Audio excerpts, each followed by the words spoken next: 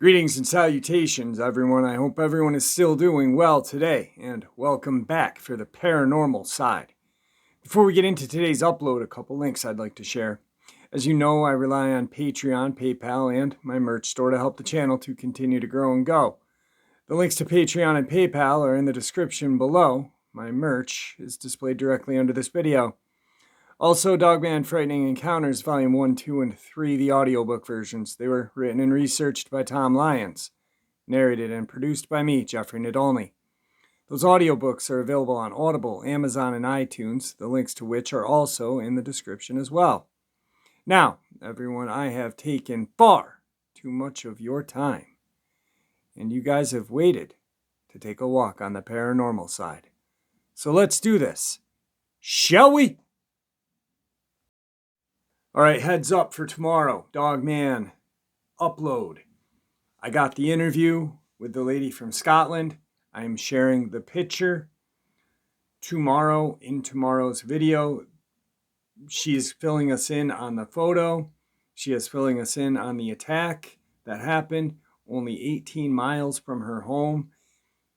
It is an insane, incredible interview, and I am excited to share it with you guys.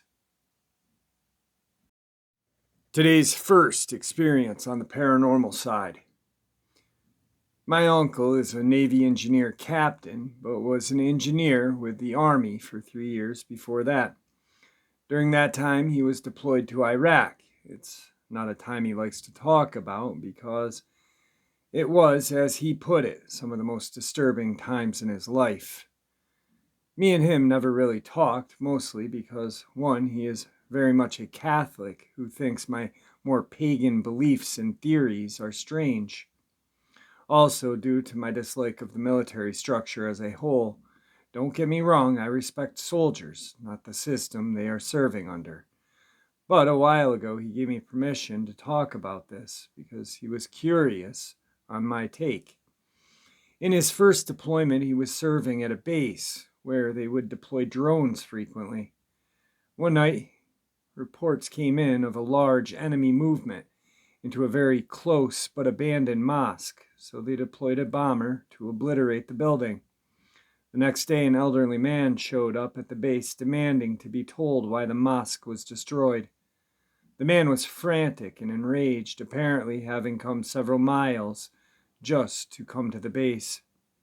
He had worked at the mosque as a young man and claimed it was not primarily a mosque but a prison. They couldn't get much out of him about what that meant, so he was sent away. The following weeks became strange. Apparently, the mosque could be seen from the eastern wall, and there were frequent reports of figures standing on the rubble just watching. Attempts to investigate went even stranger. The site captain or something ordered a squad of volunteers to camp out there and find out who it was. My uncle volunteered. That night, he and 3 others waited all night with nothing until midnight, when they had the body of a vulture drop into their tent. They went on exploring. One of the other soldiers was pounced on by a figure who the soldier had stunk like rotten stuff and had breath like a blast from an oven right after you open it. After that, other things started happening. Those shadowy figures moved closer. Random bushfires would start out of nowhere. Vehicles would be found covered in hand and footprints made in ash and dust. Patrols at night would report being followed by something along the wall. Trails of strange footprints, and eventually stories of something my uncle could only describe as a hellhound that would chase people. The base commander, or whatever, thought the old man from before had been involved, so they went to town and looked for him. Supposedly, the man was far more friendly and helpful, especially after they told him what had been happening. A long time ago, from 20 to almost 100 years ago, the area was plagued by numerous jinn. The mosque was built by a group of men who began imprisoning any jinn, even as the man reported hin or vin an animal-like jinn. He said that in the basement is where they were stored, and as far as he knew, there were at least 50 of them there, not including a room where only senior members of the mosque were permitted to enter. Apparently, the men who owned it either passed away or left, so it fell into disrepair and disuse. What happened from there he has declined to tell me until I get him something beyond my own interest in the paranormal in general. This was the first time he and I had a conversation, much less a revelation of this magnitude, so what do you think? I've heard a lot of Iraqi and Afghanistan encounters with fiery jinn, but first, I'd like other stories about jinn to help him understand he is not the only one to encounter these. And does anyone think JTA coincidence that the rise of jinn sightings has occurred alongside this war? Anyway, thanks for listening. Today's second experience on the paranormal side. There is a lot of creepy stuff that happens to me during my 30 years of life. First of all, I want to apologize for my English because I am German, and English is not my first language. Anyway, this first story happened to me when I was 16 and living with my parents. It was late one night in summer, and I was in one of my 2 bedrooms. My brother and sister, both older than me, already lived on their own, and I got one of their bedrooms for myself, which made me get 2. In one bedroom, I spent the night sleeping in my bed next to my desk and closet.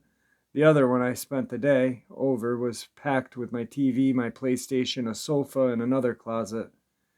I was watching South Park on TV at around 2:30 in the morning, lying on the sofa. I always stayed up that late during the summer holidays. And why I remember this so well is because of the episode of South Park that was running on MTV tonight. The Losing Edge. It's my favorite South Park episode. On that day, it was quite hot in Germany, and there was not a cloud in the sky the whole day, so it was a nightmare. Still very hot, around 26 degrees Celsius, but while I was watching TV, all of a sudden the temperature dropped and I felt cold air in my room. The next thing I remember were faint noises from outside of my room. At first I thought one of my parents, who had been sleeping for a couple of hours, opened or closed the door, but that wasn't it. The noise got louder and I muted my TV to listen to those noises and locate where they were coming from. They definitely came from outside of my room, so I got up, walked to the door, and opened it. The hallway was pitch black, and I couldn't see anything except for the steps to my right, which were lightened up a bit from the still running muted TV.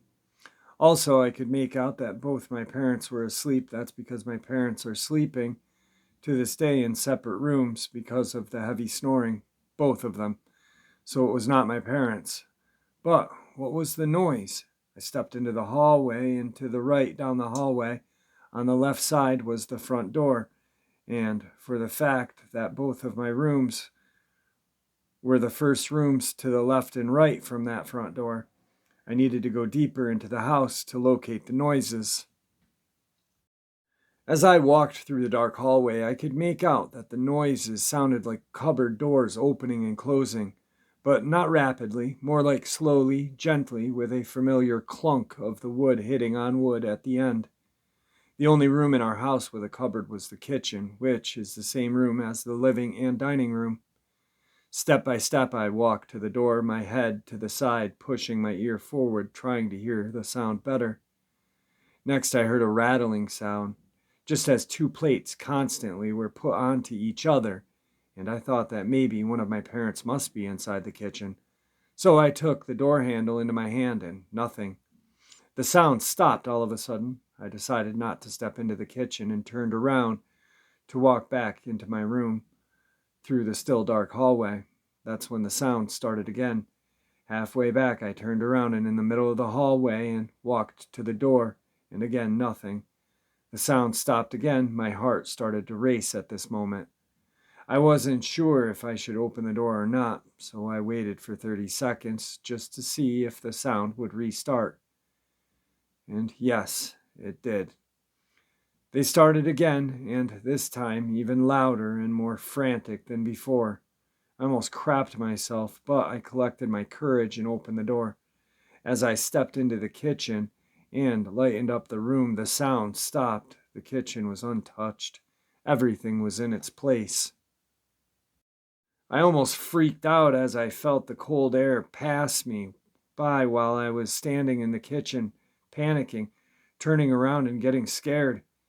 Moments later, I could feel hot air from the summer night again. I shut the light, closed the door, and ran back to my room, heavy breathing, sweating, and feeling my heart race like crazy.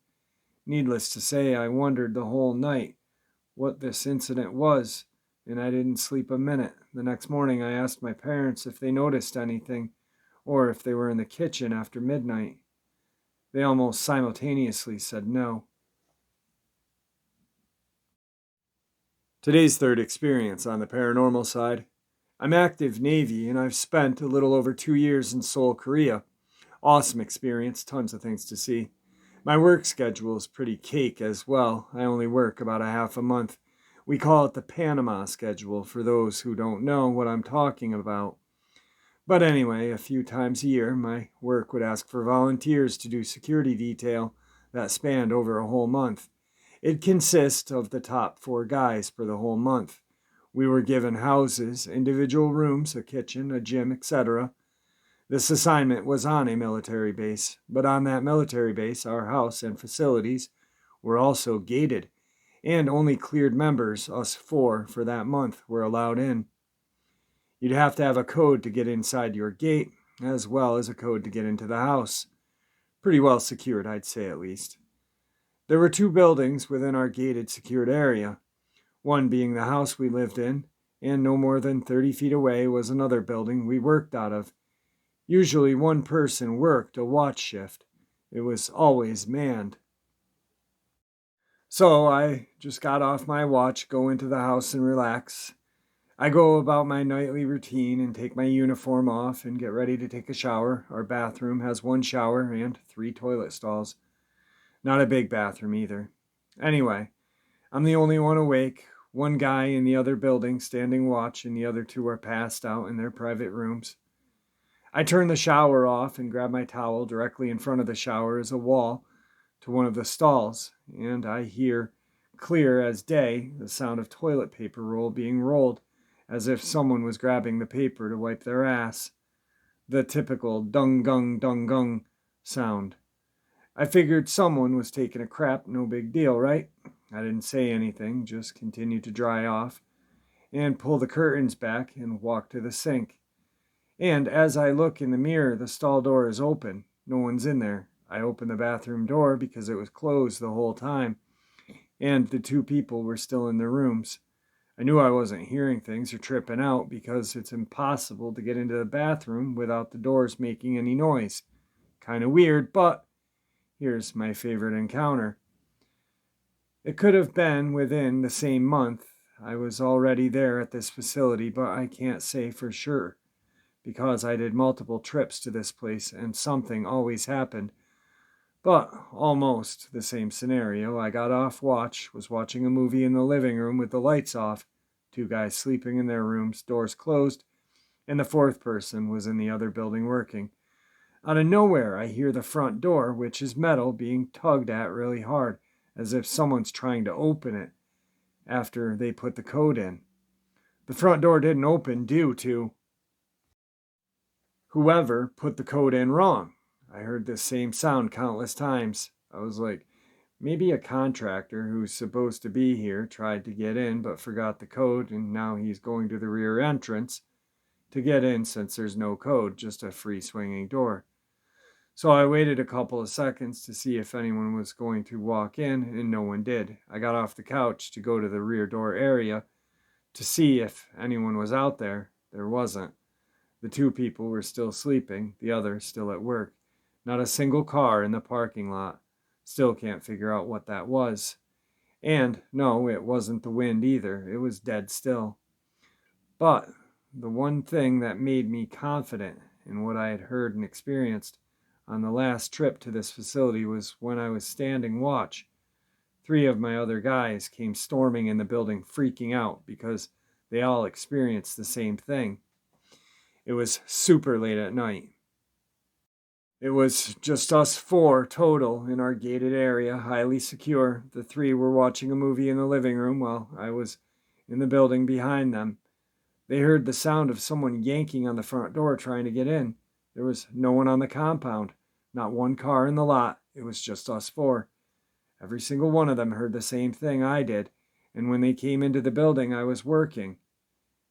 I described my experience to them, and it was exactly the same as theirs. Kind of creepy. I dig this crap, though. There were also some papers randomly falling in my workspace and sounds of someone stomping on the floor in my workspace, but nothing like that experience I just mentioned. And before I forget, as soon as I reported to my base in Korea, one of the airmen I worked with said he had saved a video from one of those secure details because they caught a gray, hazy figure panning across one of the cameras in the middle of the night. I've never saw the video, but multiple people I worked with said they saw it. And with the things I've experienced down here, I'd say it's safe to say it's credible. But yeah, that's one of my many experiences. Today's 4th experience on the paranormal side. This happened to me about a year ago, almost to the very day, actually. I was going through a particular difficult part of my life. My anxiety was almost palpable. Not to mention some family problems. Life was starting to slip out of control for me. The only escape for me was sleeping. It really calmed me down, let me rest for a while. I tell you this because after one night I realized that nowhere was safe. I'd been looking forward to a good night's rest all day. After finally being able to shut my eyes, I had a dream. At least, I think it was a dream. In my dream, I was lying in my bed facing forward. I was paralyzed, unable to move. I then saw my bedroom door open and a figure emerged. I can hardly describe it. It was a shadowy figure, like a wave of nothingness moving through the dark. It was darker than the dark, so much so that I could see it through the pitch-black room. It was humanoid, but with unnervingly long limbs and hands. I don't know if the thing had legs, but if it did, it wasn't moving on them. It floated over to my right side. It grabbed my right foot. I was crying in sheer turmoil, barely able to let out a sound. It looked at me. It didn't have eyes, but I knew it saw me. It looked deep into mine. It grabbed my foot tighter, so tight it felt like it was going to pop. I forced myself awake. It was morning. Tears still run down my cheeks. I'd been crying all night, but I wasn't concerned about that. You might say this just a sleep paralysis experience. That would be the explanation, except for 2 things. 1, I've had sleep paralysis before, and this was very much different than that. And 2, my foot was red and swollen, and had 3 distinct cuts going down it like someone dragged a knife on my foot. It's healed now, and I've moved out of that house where it happened. It just so happened that I was already preparing to move. I've not been attacked again, but my boyfriend says sometimes I cry in my sleep. And on one occasion I woke myself up crying. The same cry I made that night. That same distressed, gasping for air cry. Today's 5th experience on the paranormal side. Howdy, I'll go ahead and apologize now. This has a lot of build-up, lots of things led up to what I saw. First, I need to give a little context. I'm a painting major at a very, very old college. It was even a Confederate hospital in the Civil War. Every building has its own ghost stories and lore. Other students seem to have fun, spooky bonfire ghost stories, but nope, not the art building. We just have some genuinely scary stuff. We've dealt with things flying off shelves, voices, whistling, knocks, footsteps, phantom elevator rides. But on this night was the most intense experience. The building's open 24/7 and my painting final was due, so Obviously, I was up there late that night. The painting final was the last of our roster for the building, so most people had cleared out, driven home, semester over. So I was up there alone for quite some time. I was painting silently. Then I heard two very distinct, loud knocks. There's two problems with this. One, no one came in. Two, I heard it directly in front of me, not behind me, meaning it came from the window, not the door. I'm on the third floor. I just kind of froze and waited to see if I could hear any kind of footsteps or signs of human life. It was silent. I went back to painting. Then, about 5 to 10 minutes later, the door opened behind me. My friend came in behind me, and we both jumped pretty hard, which isn't like him. He apologized for his squirreliness and worked on his painting silently. He's not squirrely or a quiet guy. He's normally loud, flamboyant, raunchy character 24/7, who famously does not get scared. Every time the air conditioner would rattle or the wall would creak, we both would snap our heads up and confirm, was that the AC? Yeah. Something about the energy was so anxiety inducing. I fixed myself a cup of tea to calm my nerves, but the anxiety just formed a migraine. Another 5 minutes later, my boyfriend came in. He also looked a little worse for wear. I turned my head to my friend Jamie and said, "Who were you talking to in the illustrating room?" Jamie tried to correct him. I wasn't talking to anyone. I thought I heard someone in there, but I was wrong. We all perked up a little bit, as Justin said, "But I saw you in there talking to a man. You two were by the window." Jamie said, "I heard someone talking in there, but when I looked in there, it was empty. I was standing by the window to see if the sound was from the sidewalk, but no one was outside or in the room." We sat in silence for a minute. I'm the only one in the group who believes in the supernatural. They don't. They vehemently hate ghost believers. I don't think anyone wanted to admit what they were thinking. After a moment, Justin said, "And someone was knocking on the printmaker door earlier." I hadn't told him about the knocking. I didn't even want to talk about it at this point. Justin and me were supposed to hang out that night, but he left early due to a migraine. We both had migraines from stress. I stayed up there with Jamie for a half an hour, still anxious ridden, the whole time absolutely shaking in my boots. I couldn't get myself to calm down. I decided to go for a walk, just get myself out of that room for a bit. Guess what? Bad plan. As I walked down the hall, I suddenly felt an intense, crushing, instinctual fear. The "I'm in the woods and a cougar is after me" fear. I couldn't see or hear anything. In fact, it was so silent, I could hear a pin drop. I just felt like I was being hunted. It's hard to explain. But I went from a little stressed to "I'm going to die in 5 seconds." It was horrific. I stood there for so long, just sweating out. I felt a little smidge of bravery and stomped my feet. I don't know why. I just wanted to give you a little "F you," bring up my courage. I'm a strange person. That will become absolutely obvious when you read this next bit. I started walking quickly to the drawing room. In the drawing room, we have a real human child skeleton named Derek. Sometimes I go in there and talk to Derek. I know it's weird. I'm not a perfect person. Let me talk to the toddler skeleton in peace. I get in there, turn one of the spotlights on, which is just enough light to let me look around. I head back to Derek, vent my grievances to him. After a pause, I said, "I'm sorry," and was cut off by a loud bang behind me. I did not want to see what it was. I didn't turn around. Honestly, it sounded like one of the spotlights slamming onto the concrete floor. I ran out of there as soon as I got my body past the threshold of the door. I poked my upper body back in and slammed the light switch off. That's when I saw it, illuminated by just the edge of the spotlight, a figure, just a little too tall, about 7 to 8 feet. He was in the corner that would have been behind me while I was sitting down. As I turned the light off, I could see its faint outline. He was like a shadow man, but my God, was he looking at me? I felt so terrified. I sprinted back to the painting room, grabbed my keys, and got out of there. Now, I left my jacket, backpack, map book. Who gives a crap? I want it out. It's been so long since I've felt fear like that.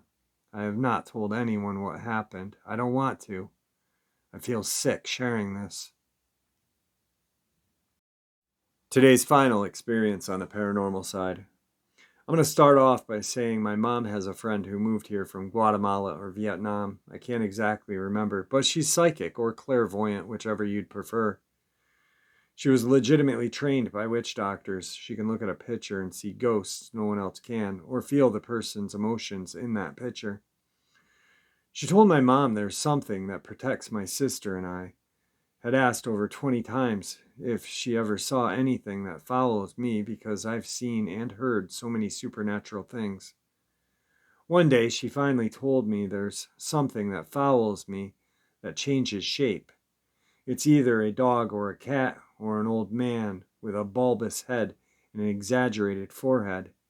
The old man scared the crap out of me because it's like a memory I had forgotten, yet still can't pinpoint. I never recall seeing them either. That's even crazier, as my mom saw a black panther in the house I lived in a couple years ago. My 9-year-old daughter told me recently one night she thought my dog was standing on the top of the coffee table in my old apartment. And when I told him to get off, he didn't move. That's when she realized he was sleeping right by her. One night when my girlfriend brought her kids over to spend the night in my old apartment, all the kids were sleeping in the living room. I had 2 futons. In that exact spot my daughter saw the dog on the coffee table, I thought one of the kids was standing there. All I could see was a black human figure, no details. It's something to note my living room was pitch black, but this figure was darker. I said, "What are you doing?" At that moment, they bent over and walked into the kitchen, never standing back up, just hunched over walking. I thought it was one of the kids just trying to hide in the kitchen, and when I got in there was nothing. Looking back on it, I think the thing changed back into its animal form. I think it all started when I was around 4. One night, my dad sent me to bed. I was bawling, thinking of an excuse not to go to bed. The usual kid stuff. So I'm upstairs crying at the foot of my bed, which is right by my closet. I was always terrified of. No reason, it just scared me. It was dark, it had no light bulb. It was always creepy to me. After a couple minutes, I heard this banging on the other side of the door, like knocking furiously. I ran down the stairs bawling, telling this story, and of course no one believed me. I fell asleep balled up at the head of the bed under the covers.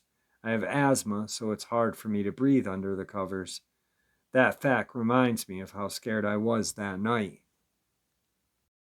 I don't recall how much time it was from the first incident to the next I'm about to tell you, but this is my second paranormal encounter. I'm having a dream in that very same room, in the very same spot. In the dream, I'm walking down the basement steps, and I hear this dark, gravelly voice say something I didn't understand, so I said, "What?" And right at that moment, this solid black ball of mist comes from the basement up the stairs and goes straight through my chest. I immediately wake up, and it felt like someone had punched me in the chest, but it was like the pain was internal.